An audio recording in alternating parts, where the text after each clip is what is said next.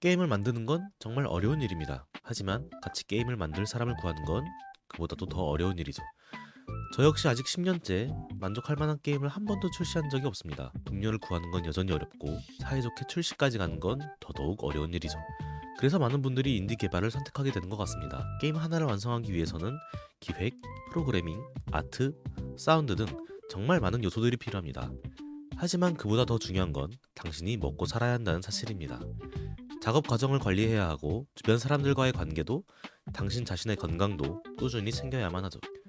여기서 핵심은 이겁니다. 인디 규모에서는 이 모든 걸 동시에 감당하기가 어렵다는 점입니다. 그렇기 때문에 당신은 기획을 해야 합니다. 직접 무언가를 만드는 일은 이제 AI가 대신 해줄 수도 있고 다른 아티스트에게 외주를 맡길 수도 있으며 심지어 당신이 서툴게 그린 그림으로도 게임은 만들어줄 수 있습니다. 하지만 무엇을 만들지 결정하는 일만큼은 이 영상을 보고 계신 여러분만이 할 수 있습니다. 그래서 당신은 기획을 해야 하는 것입니다. 서론이 조금 길었네요. 오늘은 게임을 기획하는 과정에서 어디에 첫 삽을 떠야 하는지 그 출발점에 대해 이야기해보려 합니다. 미리 말씀드리자면 여기서 다룰 내용은 절대적인 정답이 아닙니다. 전부 제 개인적인 경험에 기반한 방식이기 때문에 그 점은 참고해서 들어주시면 감사하겠습니다. 저는 초기 게임 기획 단계에서 다음 세 가지를 먼저 정리해 보려고 합니다. 첫째, 코어 루프, 둘째, 시나리오, 셋째, 게임 가격. 조금 추상적으로 느껴지시나요? 이건 이렇게 바꿔서 생각해 볼 수도 있습니다. 장르, 테마, 분량. 이렇게 보니까 조금 더 익숙해지죠? 장르란 플레이어가 겪게 될 경험을 가장 간단한 단어로 표현한 것입니다. 2D, 3D, 액션, 전략, 시뮬레이션 같은 것들이 여기에 해당합니다. 테마는 플레이어가 머무르게 될 세계를 단어로 표현한 것입니다. SF, 중세 판타지, 현대, 카세트 퓨처리즘, 동화풍 같은 것들이죠. 그리고 분량은 플레이어가 실제로 즐기게 될 컨텐츠의 양입니다. 조금 현실적으로 말하면 당신이 이 게임에 쏟아야 할 시간과 비용의 규모이기도 합니다. 기획은 어디에서 시작해도 상관이 없습니다. 다만 다음 단계로 넘어가기 위해서는 이 장르, 테마, 분량이 최소한의 형태로라도 정리되어 있어야만 합니다. 굳이 문장으로 잘 쓸 필요는 없습니다. 다른 게임이나 영화, 이미지 한 장을 참고 자료로 붙여주셔도 좋습니다. 생각보다 단순하죠? 그럼 지금부터 저도 여러분과 함께 새 게임의 기획을 하나 만들어 보도록 하겠습니다. 먼저 장르에서 시작해 보겠습니다. 당장 떠오르는 아이디어가 없다면 브레인스토밍부터 시작하면 됩니다. 우선 저는 2D 플랫포머를 정말 좋아합니다. 플랫포머를 좋아하고요. 여기서 액션, 아케이드 장르를 한번 떠올려 보겠습니다. 머릿속에 어떤 메카닉의 게임 만들고 싶은지 조금 욕심내고 싶은 게 있거든요. 이제 그걸 바탕으로 한번 브레인스토밍을 해볼 텐데요. 액션, 격투, 검술 그냥 막 적어보는 거예요. 브레인스토밍이란 건 그런 겁니다. 떠오르는 대로 그냥 막 하는 거예요. 투, 오, 건카타 있고요. 그러면은 검술, 격투, 건카타 뭐 이런 게 다 있으려면은 총도 있어야 되니까 나름의 판타지 뭐 SF가 될 수도 있겠죠. SF 나쁘지 않을 것 같고 아니면은 카세트 퓨처리즘 좀 더 보겠습니다. 검술도 있고요. 카운터도 타격감 액션에 조금 더 치중한 아이디어였다면은 아케이드에서도 한번 볼까요? 아케이드 스테이지 혹은 웨이브 이쪽이라 하면은 역시 브로테이터 혹은 킬더 크로우즈도 있죠. 이것도 아주 좋은 게임이죠. 스테이지 방식이라면 벨트 스크롤 비댐업이라는 장르가 있죠. 런앤건도 있겠네요.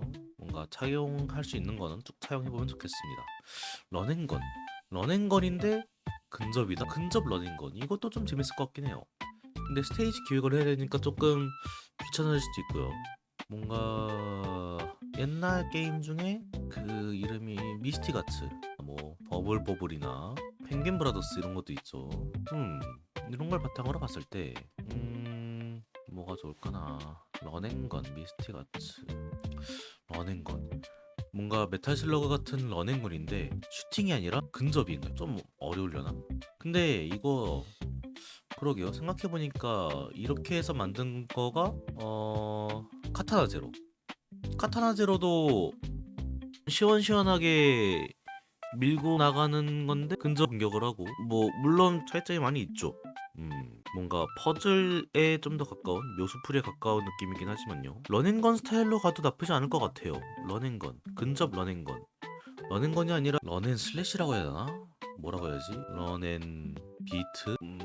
비tem업이라고 하죠. 이것도 그냥 비tem업. 그러면은 비tem업. 지금 게임 장르적인 요소들은 어느 정도 갖춰진 것 같으니까요. 세계관에 대해서 좀 더 브레인스토밍을 해볼까요? 카세트 피처리즘이나 SF 쪽 뭐 이런 것들이 있는데, 저는 격투가도 넣고 싶고, 검술가도 넣고 싶고, 건카타도 넣고 싶어요. 마법, 판타지, 마법.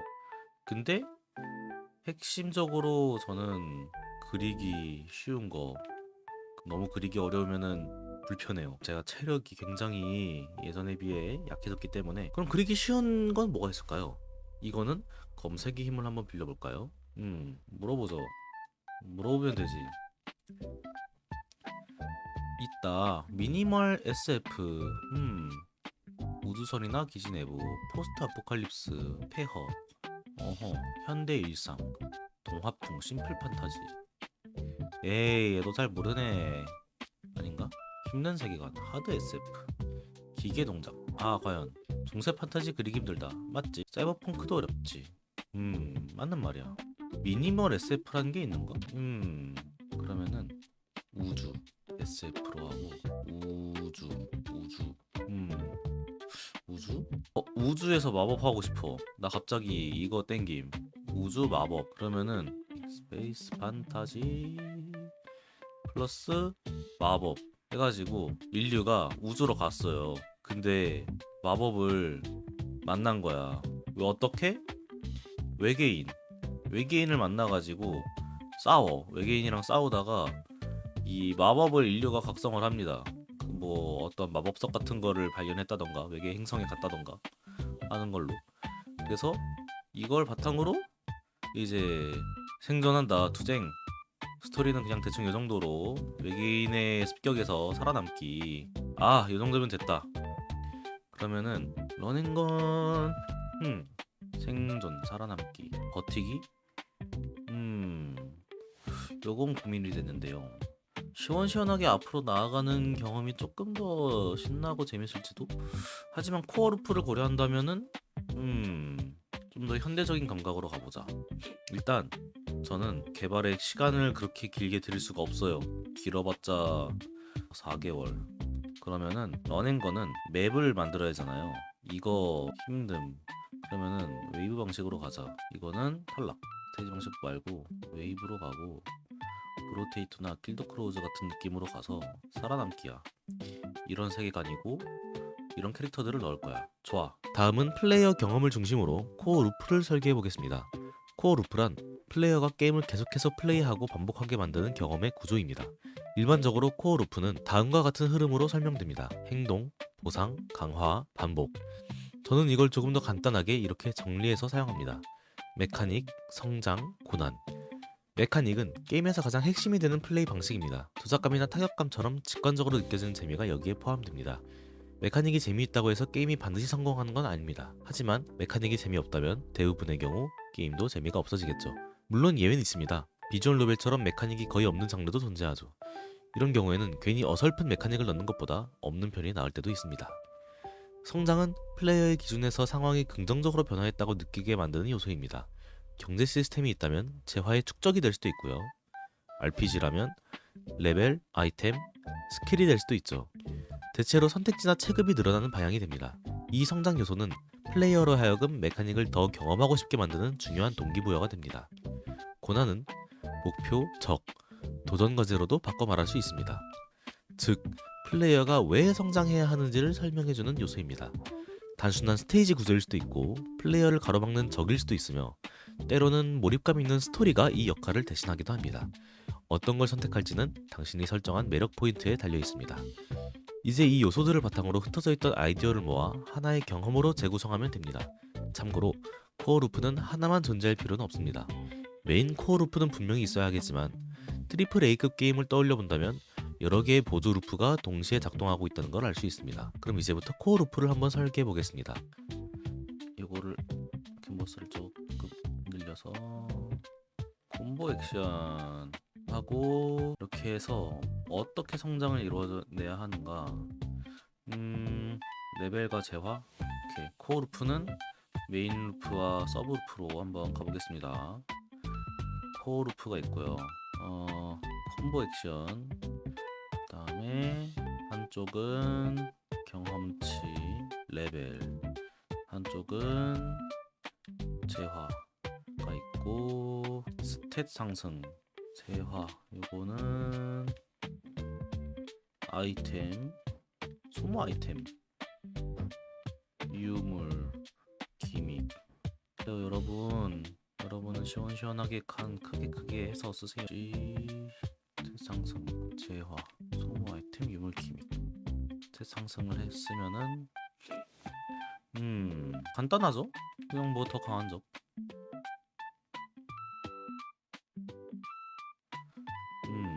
체력이나 집중력을 소모하는 적 기믹, 콤보 액션, 스탯 상승, 재화를 쓰게 만드는 적 기믹.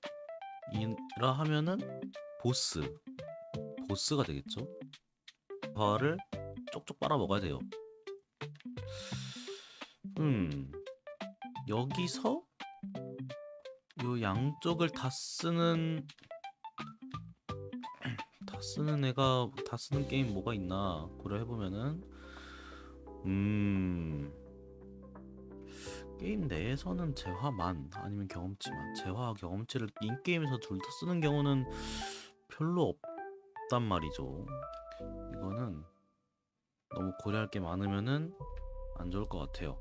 그래서 인게임에서는 재화만 쓰는 걸로 하고, 재화만 쓰고, 적기믹, 소모 아이템, 유물은 연구 강화, 콤보 액션을 더 넣기 수월하게 된다. 생존, 여긴 생존이지. 살아남아야 콤보 액션을 할 수 있다. 결국에는 플레이어가 하는 콤보 액션의 숙련도, 그래프를 그려볼까? 숙련도, 적 난이도. 요거는 약간 요렇게 가는 게 낫지 않나? 3챕터까지만, 보스는 3점까지만. 그래서 요 컷 3막까지 가는 걸로 해서 여기까지 요구되는 강화도를 맞추지 못하면은 안 된다. 그러면 재화를 내가 잘 하는 거에 따라서 더 많이 얻고 적게 얻고가 정해질 수 있어야 되겠다. 실력필의 수급. 오케이, 요 정도까지만 한번 해볼까요? 콤보 액션에 대한 부분, 이 부분 좀 더 보강을 해야 되겠죠? 각 캐릭터에 따른 검객, 격가, 건슬, 이렇게 셋이 있는데, 셋이 가져가는 콤보 액션의 어떤 경험이 조금씩 달라야 될 거예요. 얘는 타격이면 에어본, 스턴 대신에 초근접, 뭐 이런 느낌이 있겠죠. 그 다음에 개별 공격, 초근접에 의한 거구나. 초근접, 개별. 한 번에 여럿을 동시에 타격하기 힘들다. 인파이터에 가깝다.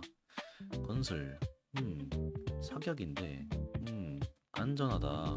근데 원거리, 얘도 개별. 검객, 검술, 중거리고 동시 타격. 모리 사냥이 가능하다. 모리 사냥이 가능하다는 점이 굉장히 차별화가 있죠. 안전, 얘는 회피, 피하고 때리고가 핵심이다. 이 친구의 코어 루프는. 그러면은 최대한 피하고 안 맞아야 된다. 초근접, 개별. 그러면은 공격 보상, 이게 리스크니까 하이 리스크, 하이 리턴이 있어야겠죠. 근데 여기는 로우 리스크니까 충분히 이 게임의 긴장감을 위해서 어느 정도 리스크를 짊어지게 돼야 돼요. 그러면 회피에 실패했을 때 회피 실패 시 리스크가 있어야 된다.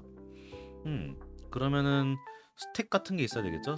적을 공격했을 때 스택을 쌓게 만들고 내가 피격당하는 순간 그 스택이 뭐 리셋된다거나 하는 그런 경험을 줄 수 있을 거예요. 아니면 그냥 몸이 약하다던가 회복 수단이 없다던가 그래도 괜찮겠죠. 검객 같은 경우에는 중거리고 단체다. 리스크가 너무너무 적다.